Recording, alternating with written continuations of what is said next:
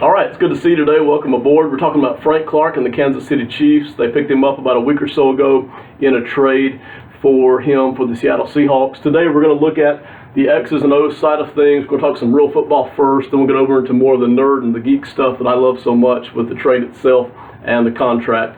First of all, I want to talk X's and O's. This is the 4-3 under defense that Spagnuolo will be installing for the Chiefs. You're going to see them do all kinds of stunts and twists and blitzes.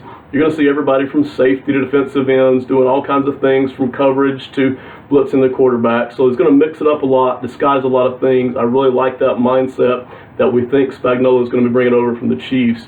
But they're going to start with their base is going to be a 4-3 under. And the reason you call it 4-3 under, you have the 3 linebackers, you have the 4 defensive linemen, but in this particular version of the 4-3, and everybody's version looks different, you have the strong side linebacker who will a lot of times be right there on the defensive line in the box playing just like a defensive end would. That linebacker has the option on a ton of plays to either get involved in the run or to pull back in the pass, or on a lot of plays just to get after the quarterback where you really have 5 men coming after the quarterback. So you'll see all kinds of different things, but that really is the biggest tell for a 4-3 under is what that strong side linebacker is going to do. He's got to be very flexible. Even if he's not very good at any particular thing, he has to be flexible and do a lot of different things, that linebacker right there. This is where Frank Clark will line up most often. You'll see him on both sides of the defensive line, but for the most part, he will be a weak side defensive end, and his number one job will be to get to the quarterback on almost every play. Will he have some gap responsibilities at times? Yes. Will they ask him to get after the running back on running plays? Definitely. They'll ask him to flow to the football a lot, which he's good at. But his number one duty on every play, and the reason that the Chiefs are paying him so much money, is because they want him to get after the quarterback, which is something that he is also very good at. Now, Frank Clark is not an elite player. We'll get more into that in a little bit. He is a very, very good player. He is an outstanding football player. Any team in the NFL would love to have a guy like this, somebody who just gets after on every single play, whether he's chasing down a running back or quarterback. But his number one job right there as a weak side defensive end in the 4-3 under is constantly just getting after the quarterback. It is really this linebacker's responsibility right here to back up Frank Clark and to make sure that any tight ends that come through here, any run backs that come through here, whether running play or in pass coverage, it's this linebacker's duty to try to be the backup for Frank Clark. It is Frank Clark's job to try to get after the quarterback on almost every single play. The Chiefs needed somebody like that very desperately. Yes, they have Chris Jones on the interior of the defensive line, but they really needed somebody right there who could do that edge rushing and get pressure on the quarterback from the outside. They've got that in Frank Clark. Chiefs fans everywhere are going to love having Frank Clark on the team. He'll be a great asset. He brings a lot of attitude over from the Seattle defense. Those of you who have watched the Seattle defense for the past 5 or 6 years, you know how much they get after it. You know how much attitude they bring to the table. I think Frank Clark is going to bring a lot of that over there with him. So that's his job in the 4-3 under. It is also going to be his job, matter of fact, even more so, be his job to get after the quarterback when they switch to a nickel. Now, you'll hear all kinds of things about how the 4-3 defense, the 4-3 under, the base defense isn't that important, and that everybody's just playing nickel and dime these days. In truth, every team plays a different version of nickel. Every team plays a different amount of nickel every game. If you're the Patriots, and teams like the Patriots who like to bend and flex a lot, and that seems to be what the Chiefs are doing, you'll very often find yourself somewhere between a nickel and a 4-3 under. You'll find yourself in a 3-4 at times, find yourself in a dime, you'll find yourself in some kind of a weird variation of that, and that's the point. The point is to try to get the offense to not know what you're doing, and that's what I think you'll see the Chiefs doing a lot. Now, if you're a team like the Chargers play about 65 to 70% nickel and dime during the year. A lot of times they have 7 defensive backs on the football field. You'll find other more conservative teams like the Carolina Panthers and teams who are built like that who tend to stick to their base defense a lot more often and don't play the nickel quite as much, more like 45, 50% of the time. So it really depends on what NFL team you are as to how much nickel or dime you play. But needless to say, no matter what team you are, you're going to spend probably half and half of your time in a base and in some form of a nickel defense. So that's why I have both of these up here. Frank Clark, when they're in the nickel here, Frank Clark's duties as a pass rusher will actually go up. On almost every single play, he'll be worried less about the run in a nickel defense and more about getting to the quarterback, getting pressure on the quarterback, while these defensive backs are trying to cover all the wide receivers and the tight ends and stuff. So here in the 4-3 under, he'll be looking at trying to stop the run some, even though his primary duties will still be as a pass rusher. Once you get up here, you're really counting on these front 4 guys to try to get to the quarterback before they can, for the 7 defensive backs, their zone or man responsibilities break down. The biggest difference in the nickel here and the 4-3 under is this spot right here. In this particular nickel defense right here, you have a defensive back here instead of the linebacker, and this defensive back for the most part is going to be asked to do nothing but pass coverage. You're not going to see him, in most cases, you're not going to see him get after the quarterback or try to help too much against the run. In a lot of cases, he is strictly there as a pass defender, although in Spagnuolo's defense, you're going to see all kinds of things. So that's the biggest difference in the 4-3 under, and that's what you're going to see out of Frank Clark in the 4-3 under and the nickel. So that's not a real deep look at X's and O's. That's just a basic look at what you're going to see from Frank Clark. Now, you're going to hear all kinds of comparisons between Frank Clark and Dee Ford. So I want to hit that for just a second. You're going to hear all kinds of things, and listen, we heard it before the Chiefs let go of Dee Ford, before they traded him away. We've continued to hear it after, is that there was a lot of worry coming out of the Chiefs camp about whether or not Dee Ford could fit a Spagnuolo 4-3 under. And the real truth is, if you're a guy like Dee Ford, or if you are any edge rusher in the league, period, who can get after the quarterback, you fit into almost any defense. And even in a 4-3 under, you fit in that defense, because your job, your main job, is to get after the quarterback. And Dee Ford last year was an elite, not a very good, an elite edge rusher. We saw it last year. The reason that he was an elite edge rusher, we saw it not just in the sacks, but we saw it in the quarterback pressures. You also saw it in how many times Dee Ford got double teamed. Teams had to give a lot more attention to what Dee Ford was doing than they ever had to before, because he was last year truly an elite edge rusher. Frank Clark is not an elite edge rusher. He is a very good edge rusher. He does not command a lot of double teams. When you go back and you look at the tape from Seattle, teams' offenses really could not afford to double team him very often, because there were so many other guys on that Seattle defense, like Michael Bennett, like Bobby Wagner. Even the safety Cam Chancellor was in the box all the time for Seattle. So teams really could not afford to try to double team Frank Clark, but we saw them double team Dee Ford a lot last year.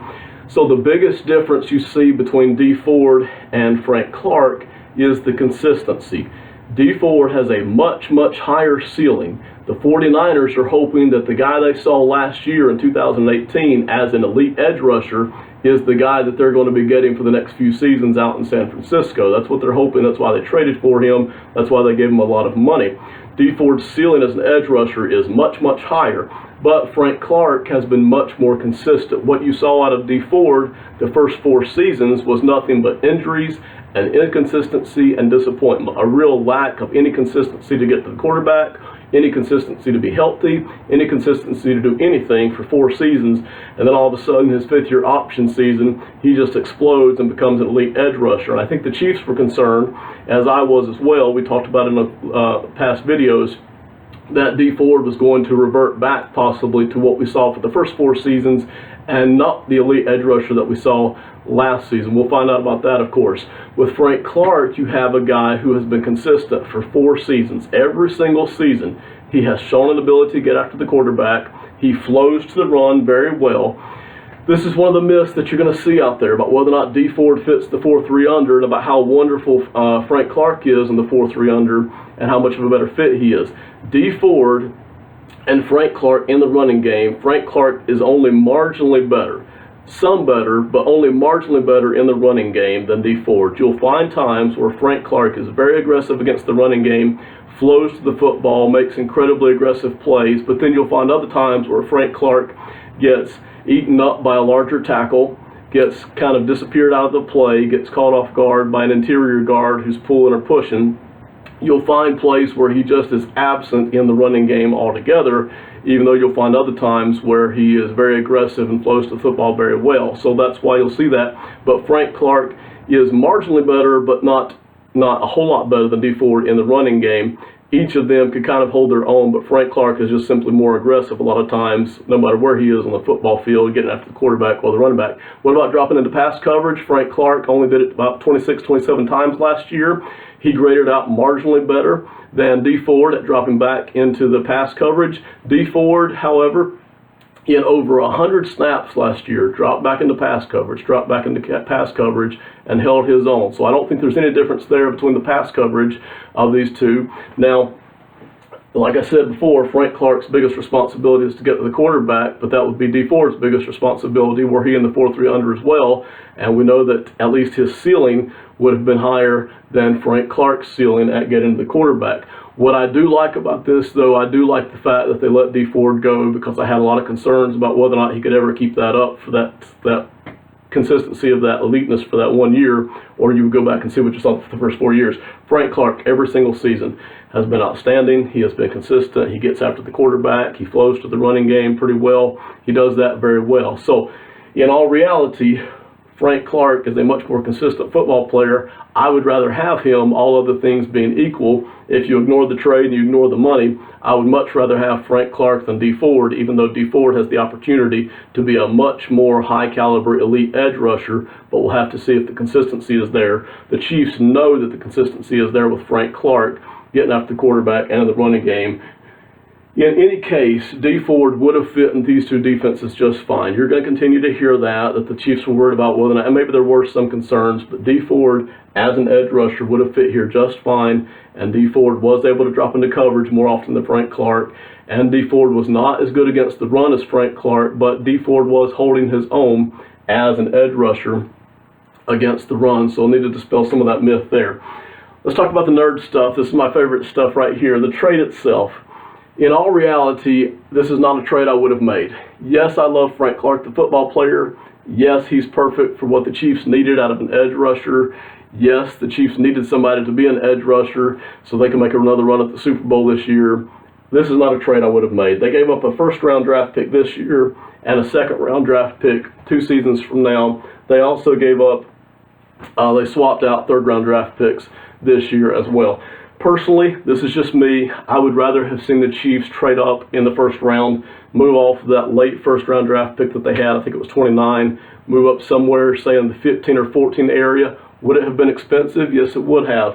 They probably would have had to give up a 1, a 2, and maybe either a 3 or a 4 to move up that high. Personally, I would rather have had that. Do we have any guarantee that if they had made such a trade, that first-round draft pick in the middle of the first round would ever be any better than Frank Clark? No, we don't. But you would also have the $20 million cap space. And this right here, this $20 million cap hit is what a lot of TV personalities ignore when they are discussing trades of big players such as Frank Clark or such as Khalil Mack. You name the player. This is something that a lot of TV personalities ignore. And this is important because this is just as much a part of the trade as any of the draft picks that get traded or any of the players that get swapped around. When you step back and you look at it, $20 million a season, that's what Frank Clark is going to be making on average over the next 5 seasons. Would you rather have a first-round draft pick and a second-round draft pick and $20 million in cap space, or would you rather have Frank Clark, who, although he is a very, very good player, is not an elite player? He does not command a lot of double teams. He's never made an All-Pro. He hasn't yet made a Pro Bowl. I'm sure he will at some point, but he hasn't done that yet. Personally, and I'm not trying to argue with the Chiefs here, but if I was going to be building a football team, I would much rather have a first-round draft pick, a second-round draft pick, and the $20 million in cap space every year. This basically, a 1, a 2, and $20 million in cap space, this basically equivalates to the potential of 4 good players.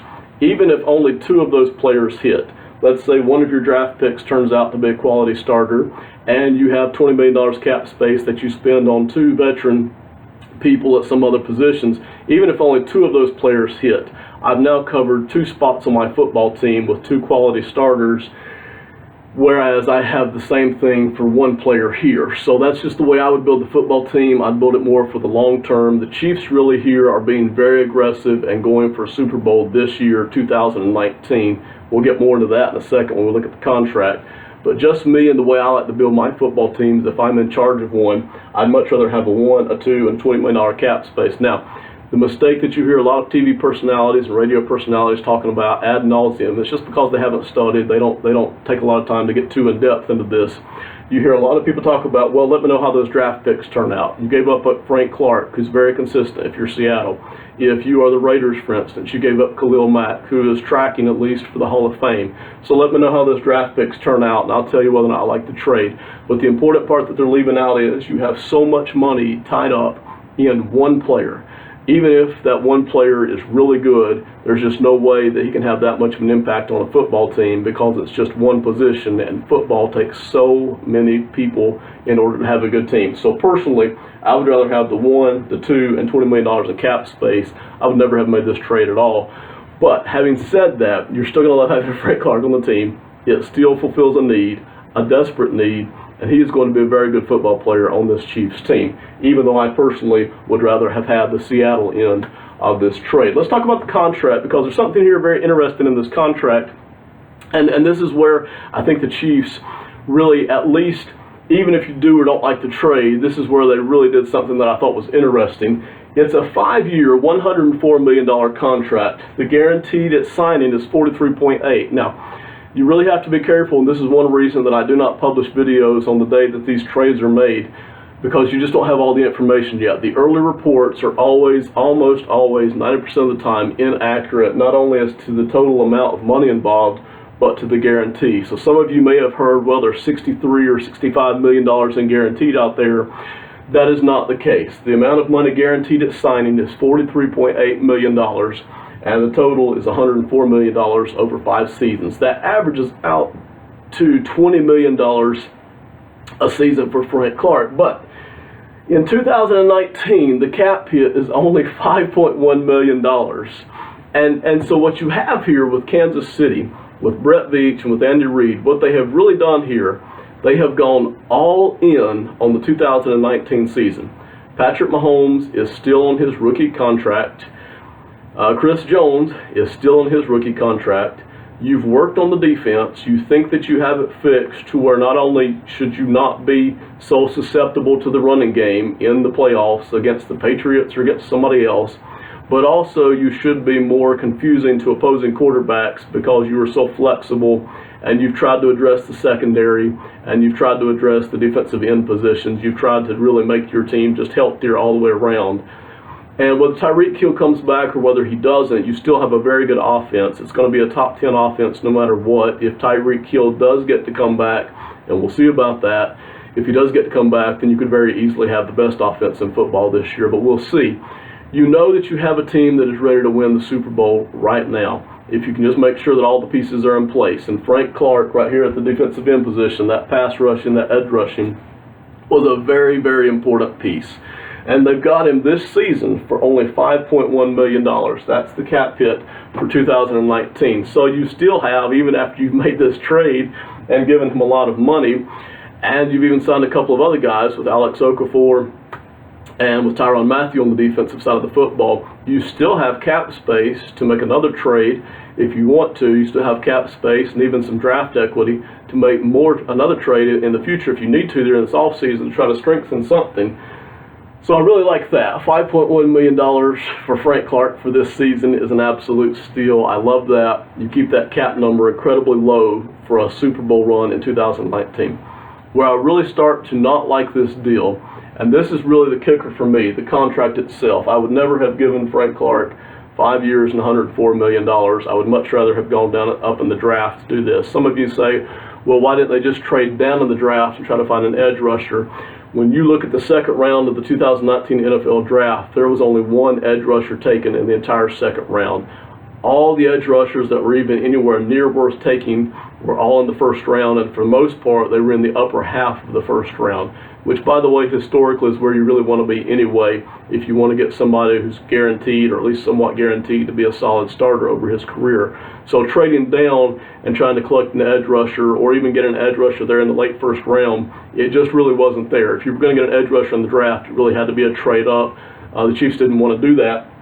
So instead they went this route, picked up Frank Clark, and got him with that money. 2020, this is really where the numbers start to skyrocket and the jaws start to drop. Mine especially.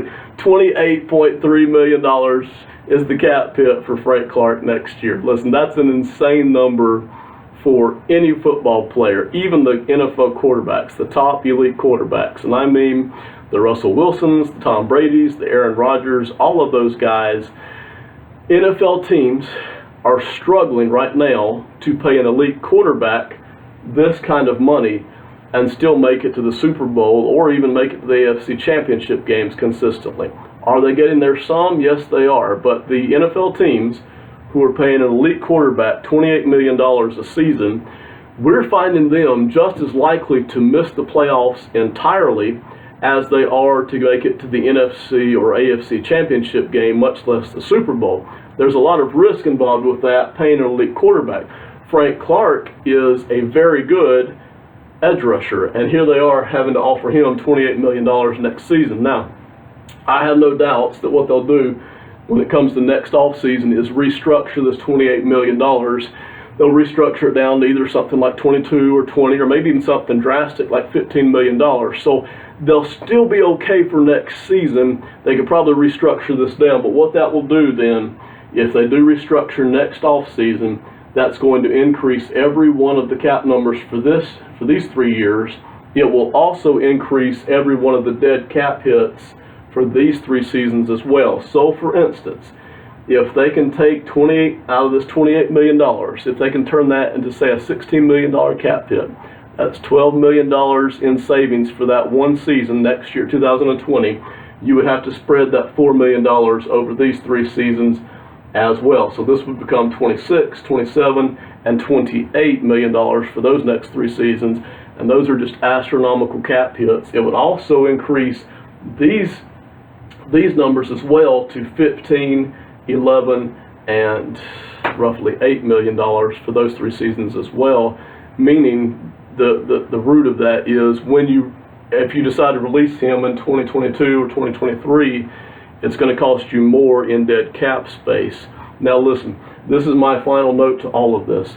If the Kansas City Chiefs win the Super Bowl in 2019, then who cares what Frank Clark's contract number is in 20 or 21? Nobody cares. You finally got a Super Bowl. Most of us who are Chiefs fans have never seen the Chiefs in the Super Bowl. Most of you guys, I know there's some people who are old enough to remember the Chiefs being in the Super Bowl over 50 years ago, or roughly 50 years ago. Most of us have never seen it. So for the Chiefs in 2019, if they were to get to the Super Bowl and win the darn thing, then who the heck cares what Frank Clark's cap number is in any of these seasons? It would well be worth it. And even though I would not have done this is not the trade I would have made, this is not the contract I would have signed, this doesn't mean that the Chiefs are wrong. I respect what they're trying to do for 2019 and even with a restructure in 2020. They're being aggressive. They realize that it's going to be much easier to win a Super Bowl while Mahomes is still on a rookie contract, while they still have Chris Jones on a rookie contract. They realize it's going to be much easier to win a Super Bowl during those 2 seasons than it is during the 2020s when you're having to pay Patrick Mahomes a lot of money. Doesn't mean it's impossible to win a Super Bowl in those years. It's just much easier right now. So they're being very aggressive at this point. And frankly, I like the aggressiveness, even though it's not what I would do. I'm the kind of guy who really likes the more long-term health of everything. But this is fine. Even if they don't win a Super Bowl in 2019, it doesn't mean this is the wrong decision. It just means the decision didn't work out, okay? Even if they don't win a Super Bowl in either of the next 2 seasons, it doesn't mean that they were wrong to try to do this. It doesn't mean they're wrong for their aggressiveness. I always try to avoid people who are just totally results-oriented with their judging of a decision. The Chiefs here, Andy Reid and Brett Veach, they're being very, very aggressive with this deal. You're giving up draft picks. You're really putting yourself in a lot of, cap wilderness here for the next few seasons with this deal. That doesn't mean it's the wrong decision. It just means they're being very aggressive with what they're doing. They think they can capture a Super Bowl in the next 2 seasons, and they're certainly going to try to do that. So thank you very much. If I left something out, I'm sure I did. There's a lot here to cover. If I left something out, just give me a shout out. We'll see you next time. Thank you much. Have a great one. Bye.